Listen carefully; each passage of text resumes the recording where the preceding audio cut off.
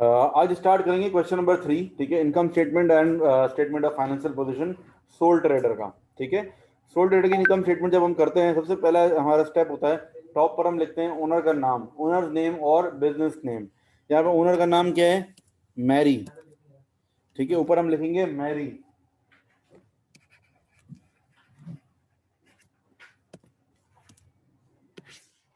Mary लिखेंगे, फिर आएगा इनकम स्टेटमेंट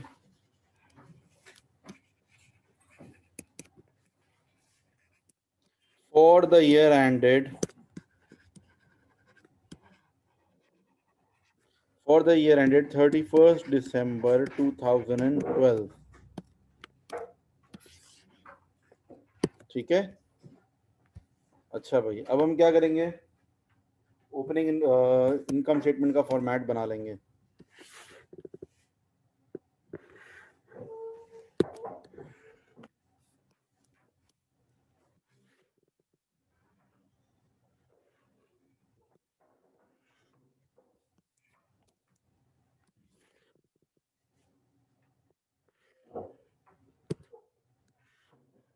ठीक है, क्वेश्चन नंबर 3, इनकम स्टेटमेंट का फॉर्मेट बनाएंगे।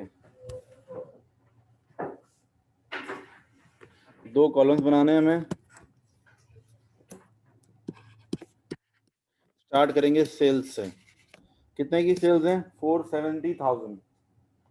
470,000 माइनस लेस सेल्स रिटर्न। ठीक है, सेल रिटर्न 15,000 की है। अच्छा, एडजस्टमेंट जो है वो सॉल्व करने में टाइम बहुत ज़्यादा हो जाएगा। हम अभी ये करेंगे कि एडजस्टमेंट सिर्फ पढ़ लेंगे, ठीक है, ताकि हमें याद रहे कहाँ पर कौन सी एडजस्टमेंट है, क्योंकि सॉल्व करने का टाइम एग्जाम में नहीं होगा। ठीक है, एडजस्टमेंट पूरी पूरी सॉल्व करने के एग्जाम में टाइम नहीं होगा, बहुत वक्त लग जाएगा। देखो, सिर्फ एडजस्टमेंट रीड कर लेते हैं कौन कौन सी है। पहली वाली कौन सी है? क्लोजिंग इन्वेंट्री है। सेकंड के अंदर क्या है? डेप्रीसिएशन है। थर्ड वाली एडजस्टमेंट में प्रोविजन फॉर डाउटफुल डेट्स है। फोर्थ एडजस्टमेंट में एक्रूड और प्रीपेड है। फिर पढ़ लेते हैं ताकि हमें याद रहे कि कहाँ, जब वो चीज़ आएगी तो हम उसको सॉल्व कर लेंगे। ठीक है ना? फोर्थ वाले में है प्रीपेड और एक्रूड है। फिफ्थ वाली एडजस्टमेंट में लोन इंटरेस्ट है। और सिक्स वाली में गुड्स ड्रॉइंग है। ये सारी एडजस्टमेंट सिर्फ मैंने पढ़ ली है एक रैंडमली, के मतलब ये कि मुझे पता याद हो कि अच्छा गुड्स ड्रॉइंग जब आएगा तो एडजस्टमेंट देखनी है। अब फॉर्मेट के लिहाज से चलेंगे। ओपनिंग इन्वेंट्री कितनी? सेल्स हैं 470,000, लेस सेल्स रिटर्न है 15,000, माइनस किया तो क्या आ जाएगा? नेट सेल आ जाएगा 455,000। फिर लेस करेंगे cost of sales. Cost of sales, cost of sales में आएगा opening inventory. Opening inventory add purchases. Opening inventory add purchases, फिर add carriage inwards. Opening inventory कितने की है? देखो क्वेश्चन में गिवन होगी ओपनिंग इन्वेंट्री 15800। फिर ऐड करेंगे purchases 255,600। Then add carriage inwards 7650। ये तीन चीजें वो हैं जो कि ऐड होने वाली हैं। ठीक है,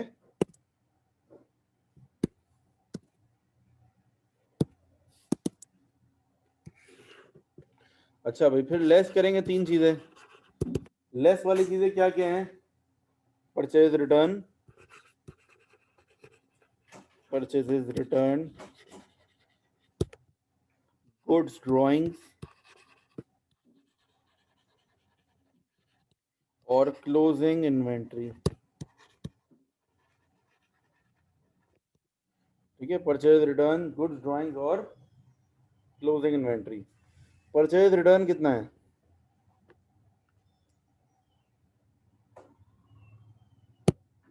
परचेज रिटर्न की वैल्यू है ये रहा 12,000।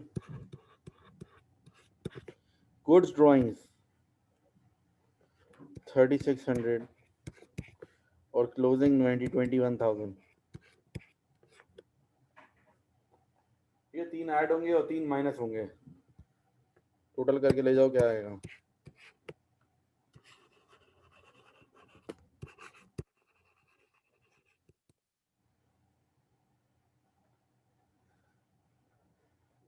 टोटल ये 6 चीजों का टोटल करेंगे हम, 3 चीजें प्लस हैं, इनमें से 3 चीजें माइनस हैं।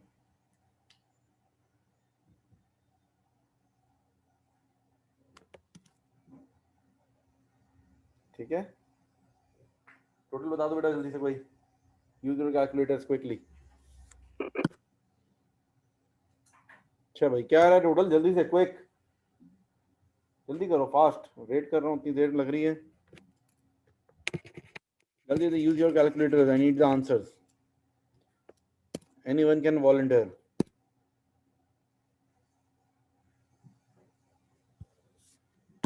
ठीक है, ये आ गया आपका ग्रॉस प्रॉफिट। ग्रॉस प्रॉफिट के बाद हम ऐड करेंगे अदर इनकम। अदर इनकम, अच्छा भाई अदर इनकम में क्या आता है, एक तो डिस्काउंट रिसीव्ड आता है, देखो डिस्काउंट रिसीव्ड है क्वेश्चन में, या 13525 13525। इसके अलावा एक और चीज हम ये देखते हैं कि प्रोविजन फॉर डाउटफुल डेट कहीं डिक्रीज तो नहीं हो रहा। अगर provision for doubtful date decrease हो रहा होगा तो वो भी कहाँ आएगा, अदर इनकम के अंदर आएगा। प्रोविजन फॉर डाउटफुल डेट अगर डिक्रीज हो रहा हो तो कैलकुलेशन करनी पड़ेगी। क्या है, allowance for doubtful debts has to be maintained at 8% of trade receivables. Allowance या प्रोविजन एक ही बात है, ठीक है, कितना है 8% ऑफ ट्रेड रिसीवेबल्स। तो ट्रेड रिसीवेबल्स का 8% लगाओगे तो अलाउंस फॉर डाउटफुल डेट्स आ जाएगा। ठीक है, अब ट्रेड रिसीवेबल्स की वैल्यू कितनी है आपकी 75,000, उसका 8% 6,000 हो गया। 75,000 का 8% कितना होता है 6,000। ये प्रोविजन का क्लोजिंग बैलेंस है, बैलेंस शीट ही है, इसमें तो ओपनिंग बैलेंस माइनस करेंगे। क्वेश्चन में गिवन होता है, देखो ट्रायल बैलेंस में लिखा हुआ अलाउंस फॉर डाउटफुल डेट्स कितना दिया हुआ है 4700, ये ओपनिंग बैलेंस है। This is balance BD, minus करेंगे आंसर आएगा 1300, पॉजिटिव आ रहा है इसका मतलब है ये इंक्रीज है।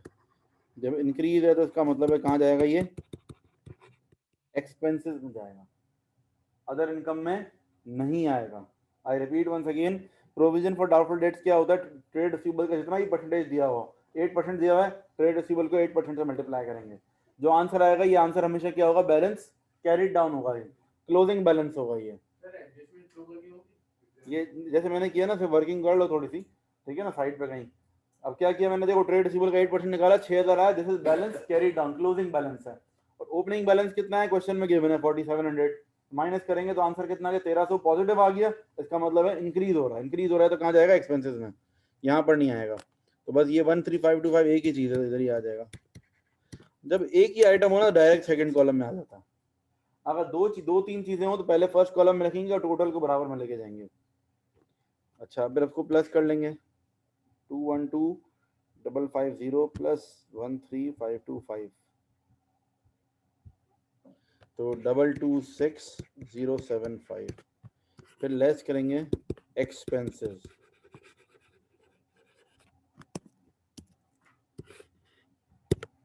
लेस करेंगे एक्सपेंसेस। अब एक्सपेंसेस कौन कौन से हैं, कैरेज आउटवर्ड से स्टार्ट है।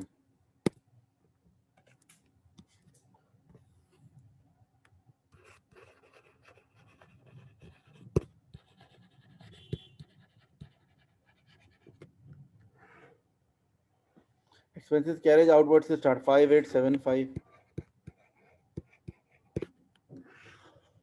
उसके बाद है रेंट, जितने भी एक्सपेंसेस है मैं उनको हाईलाइट कर रहा हूँ, carriage outwards, rent, electricity, salaries, repair, communication, fuel, bad debts, ये सारे के सारे क्या एक्सपेंसेस हैं। और loan interest, repair and maintenance भी एक्सपेंस है।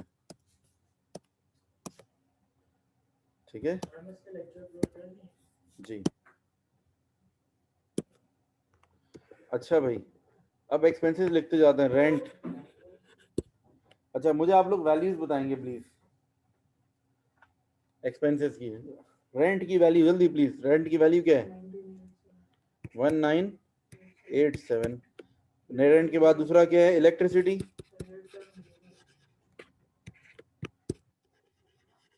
इलेक्ट्रिसिटी की ओरिजिनल वैल्यू जल्दी जल्दी बता दे जाओ। 8950 है, लेकिन उसमें एडजस्टमेंट भी है। यहाँ देखो इलेक्ट्रिसिटी इज प्रीपेड, जो भी चीज प्रीपेड होगी वो हमेशा माइनस होगी। इसमें से माइनस कर दोगे 5400 को, 8950 माइनस 5400, 3550, ठीक है। इलेक्ट्रिसिटी हो गया। उसके बाद कम्युनिकेशन,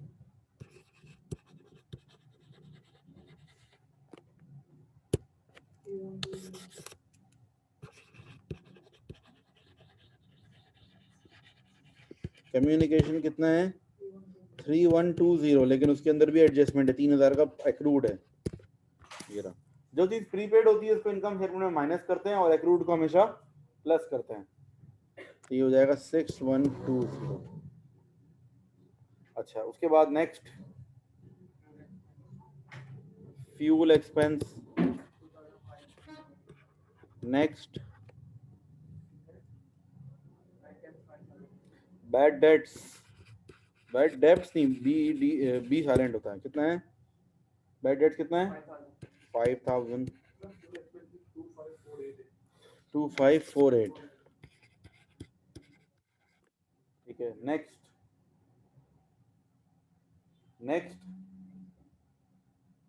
रिपेयर एंड मेंटेनेंस नहीं बताया आपने,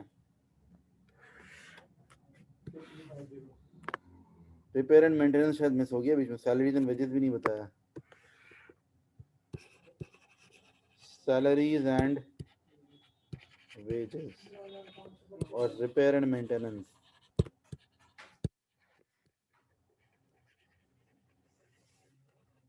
कितना है सैलरीज एंड वेजेस 5525, नेक्स्ट 6350, ठीक है। अच्छा, उसके बाद क्या है increase in provision for doubtful dates, increase in provision for doubtful date जो हमने निकाला था, वो तो हमने कर लिया ना, एडजस्टमेंट में से निकाला था ना 1300 प्रोविजन फॉर। अच्छा, अगर एक लाइन में ना आए तो 2 लाइनों में लिख दो, लेकिन शॉर्ट फॉर्म लिखने की इजाजत नहीं है। 1300। इसके अलावा आएगा डेप्रीसिएशन, डेप्रीसिएशन आएगा। डेप्रीसिएशन क्या आएगा, depreciation on, depreciation on equipment, equipment का डेप्रीसिएशन कितना है 20% स्ट्रेट लाइन मेथड। तो इक्विपमेंट की जो ओरिजिनल वैल्यू होगी उसके ऊपर क्या लग जाएगा 20%। इक्विपमेंट की ओरिजिनल वैल्यू कितनी है 4 लाख है, 4 लाख के ऊपर आ जाएगा 20% डेप्रीसिएशन ऑन इक्विपमेंट, ठीक है। इक्विपमेंट की डेप्रीसिएशन कितनी है 4 लाख का 20%, 80,000। और डेप्रीसिएशन ऑन दूसरी चीज क्या है इक्विपमेंट के अलावा, एक और चीज है डेप्रीसिएशन ऑन कंप्यूटर। कंप्यूटर पे कितना है 25% रिड्यूसिंग बैलेंस मेथड। कंप्यूटर की ओरिजिनल वैल्यू क्या है 1,80,000, माइनस करेंगे 65,000, देन परसेंटेज अप्लाई करेंगे। कंप्यूटर में 180,000 minus 65,000, then multiplied by percentage. कितनी परसेंटेज है 25%,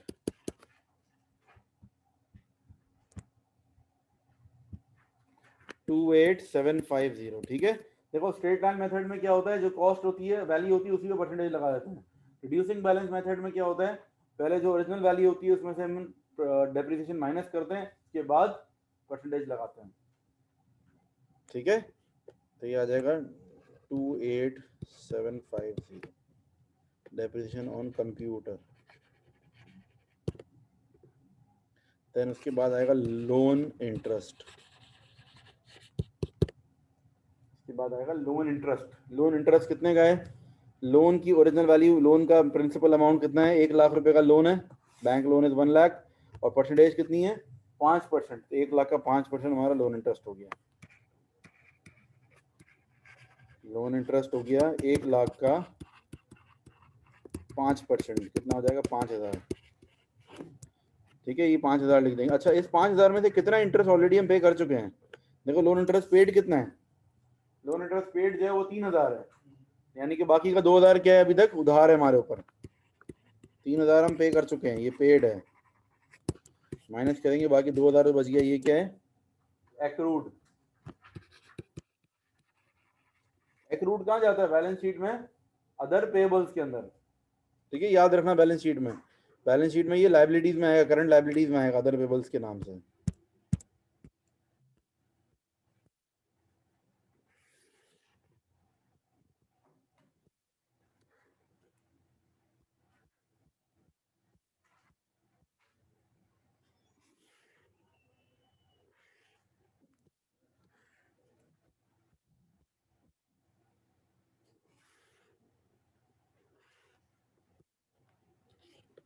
टोटल कर लो,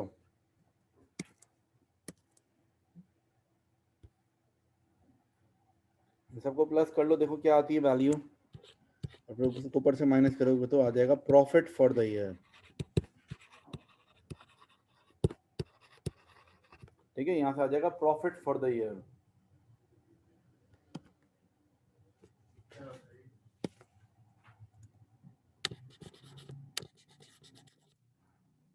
हाँ जी, टोटल क्या आ रहा है, 179,888। समीर आपने जो बताया ये क्या है, टोटल एक्सपेंसेस है,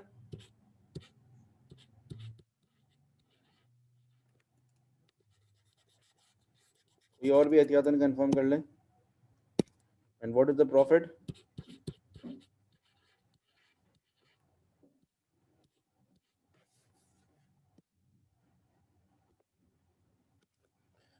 फोर सिक्स 187, ये आ गया प्रॉफिट, ठीक है, प्रॉफिट की वैल्यू आ गई 46187, ठीक है बच्चों। अच्छा बच्चों, अब हम बैलेंस शीट शुरू करेंगे, ठीक है, बैलेंस शीट के अंदर 3 कॉलम्स होते हैं, ठीक है। अच्छा भाई, सबसे पहले पहली हेडिंग आती है non current assets, non current assets, non current asset कौन कौन से हैं हमारे पास, इक्विपमेंट और कंप्यूटर,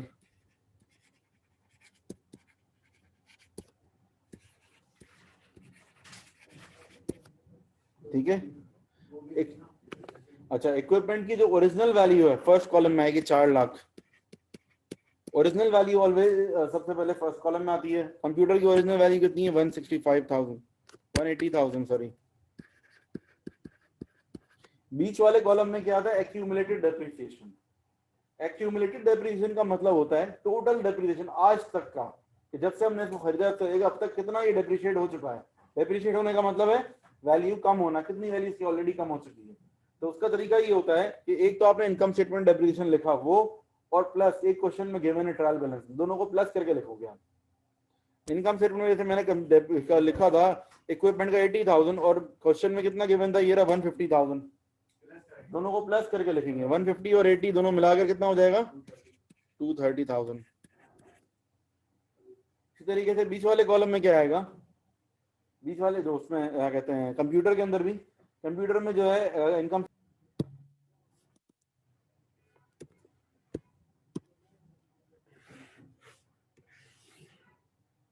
अच्छा जी, बीच वाले कॉलम में कितना आ जाएगा, 93,750। अच्छा, थर्ड कॉलम में क्या होता है, कॉस्ट माइनस एक्यूमुलेटेड डेप्रिसिएशन। तो 4 लाख में से 230 माइनस करेंगे तो कितना आ जाएगा, 170,000, ठीक है। अच्छा, फिर उसके बाद ये 180,000 में से 93,750,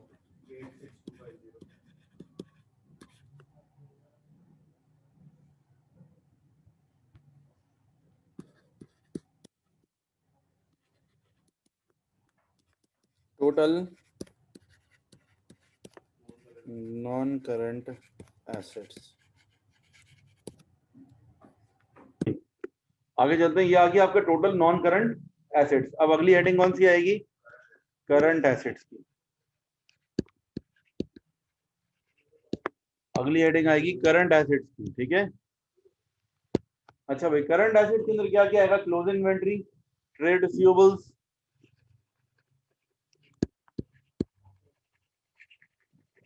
closing inventory, trade receivables less provision for doubtful dates,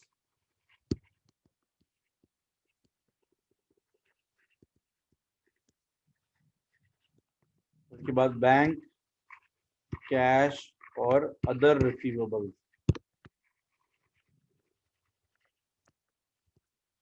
ठीक है बच्चों। क्लोजिंग इन्वेंट्री की वैल्यू कितनी है? 21,000। एंड ट्रेड रिसीवेबल्स की वैल्यू कितनी है? हाँ 75,000 थी ना ट्रेड रिसीवेबल्स की। ट्रेड रिसीवेबल्स की वैल्यू है 75,000 और less provision for doubtful date. Provision for doubtful date adjustment में लिखा हुआ है कितना है? 8% है। 8% है तो ये 75,000 का बस 8% लगाएंगे 6,000 आ जाएगा। ठीक है। देखो इनकम स्टेटमेंट वाली वैल्यू के लिए क्या करना पड़ता है? पहले 8% लगा के फिर प्रीवियस ईयर का वैल्यू माइनस भी करनी पड़ती है। इनकम स्टेटमेंट के लिए क्या करते हैं हम? देखो 75,000 पे पहले मैंने 8% लगाया, 6,000 आया, उसमें से प्रीवियस ईयर का माइनस किया 4700, तो मेरे पास आ गया 1300 इंक्रीज। बैलेंस शीट में प्रीवियस ईयर का माइनस करने की जरूरत नहीं होती, बस जो 75,000 है आपका उसका 8% आपने लगाया, बस वही आंसर। ठीक है। 75,000 का 8% लगा 6,000 आ गया 69,000। फिर उसके बाद बैंक, कैश और अदर रिसीवेबल्स। बैंक की वैल्यू कितनी क्वेश्चन में? जल्दी जल्दी देखिए बताओ मुझे। बैंक की वैल्यू है 25,000। कैश की वैल्यू 12,500 और अदर रिसीवेबल में क्या आता है? अदर रिसीवेबल में प्रीपेड आता है सिर्फ। कुछ प्रीपेड है इनमें से? क्या है प्रीपेड? 5,400 ना, प्लस करो 21,000 plus 69,000 plus 25,000 plus 12,500 plus 5,400, 132,900 total current asset.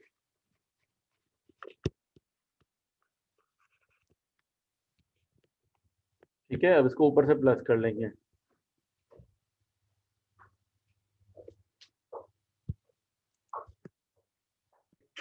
अच्छा जी, इनको ऐड कर देंगे, टोटल कितना हो जाएगा?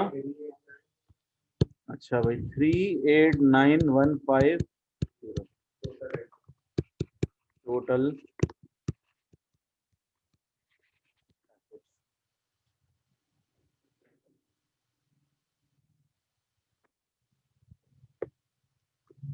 रहेगा कैपिटल एंड लायबिलिटी।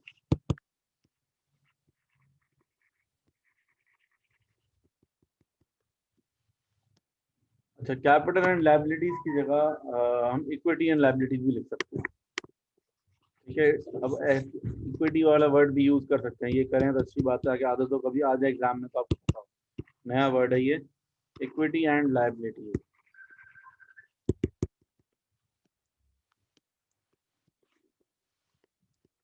कैपिटल का ही दूसरा नाम इक्विटी है, क्या लिखेंगे हम? इक्विटी।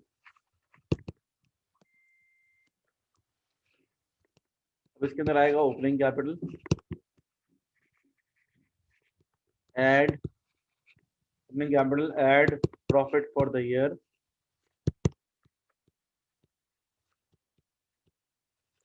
Less drawing.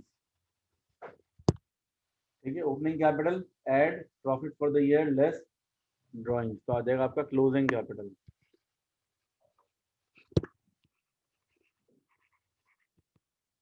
ठीक है बच्चों।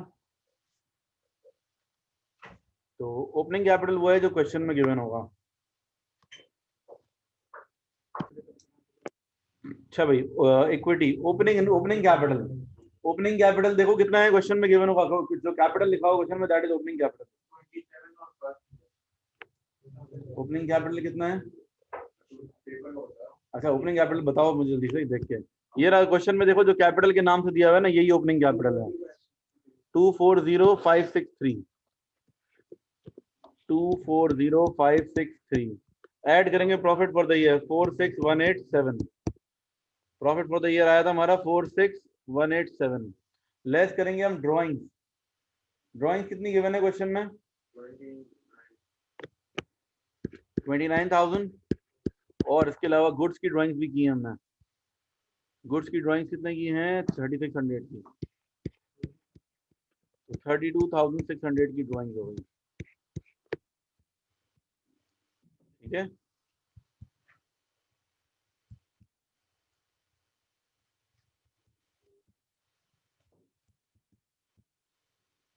ये हो जाएगा 319350, ये होगी क्लोजिंग कैपिटल। देन उसके बाद non current liabilities,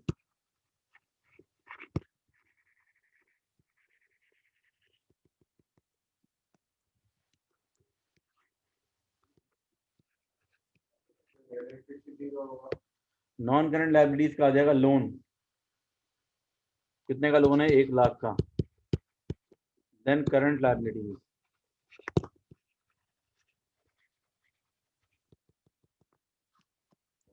current liabilities, ठीक है। हाँ, करंट लायबिलिटीज में आएगा ट्रेड पेबल्स और other payables, trade payables, other payables, other payables में आएगा ये इलेक्ट्रिसिटी वगैरह का, अदर पेबल्स। ट्रेड पेबल्स कितने के हैं,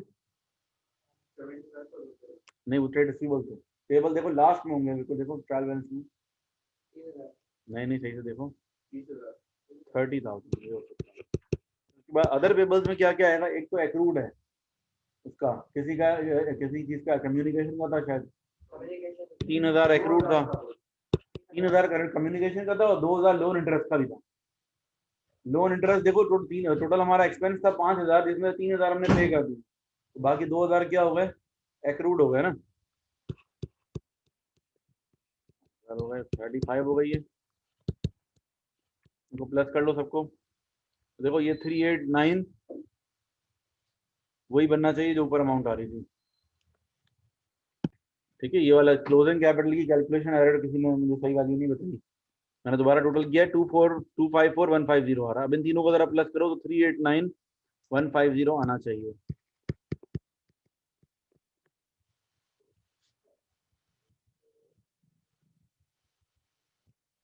ठीक है। 389,150 बराबर आ गया ये। यहाँ लिखेंगे हम टोटल कैपिटल एंड लायबिलिटी, ठीक है। ये बराबर आ जाएंगे तो इसका मतलब है ऑल ओके है, अगर बराबर नहीं आएंगे इसका मतलब है कोई गलती है हमारी, ठीक है बच्चों।